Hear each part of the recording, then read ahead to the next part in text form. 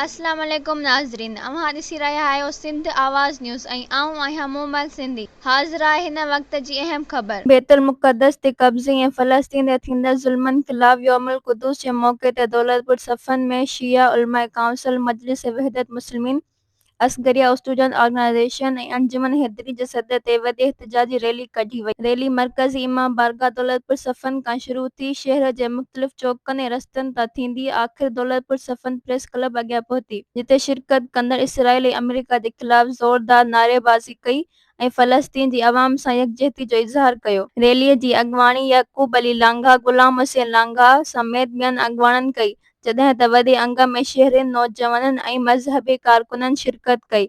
उन मौक़े ते रैली खे ख़िताब कंदे अॻवाननि चयो त यौमुल क़ुद्स मज़लूम फ़लस्तीनी अवाम सां यकजहती जो ॾींहुं आहे, जंहिं जो मक़सदु दुनिया खे यादि ॾियारणु आहे त बैतुल मुक़द्दस इस्लामी दुनिया जो अहम मुक़द्दस हंधि आहे ऐं उन ते गैर क़ानूनी कब्ज़े खे कॾहिं बि क़बूल न कयो वेंदो। अॻवाननि वधीक चयो त मुस्लमान उम्मत खे घुर्जे त हू फ़लस्तीन जी जिदोजहद हिमायत जारी रखनि ऐं आलमी सतह ते इसराइली ज़ुल्म ख़िलाफ़ आवाज़ बुलंद रखनि। आख़िर में फ़लस्तीन जी आज़ादी ऐं आलमी इस्लाम जे इतिहाद लाइ ख़ासि दुआऊं पिणु घुरियूं वयूं। ऐं वधीक ताज़ा तरीन ख़बरनि लाइ ॾिसंदा रहो सिंध आवाज़ टीवी न्यूज़ ऐं सब्सक्राइब करणु न विसारींदा।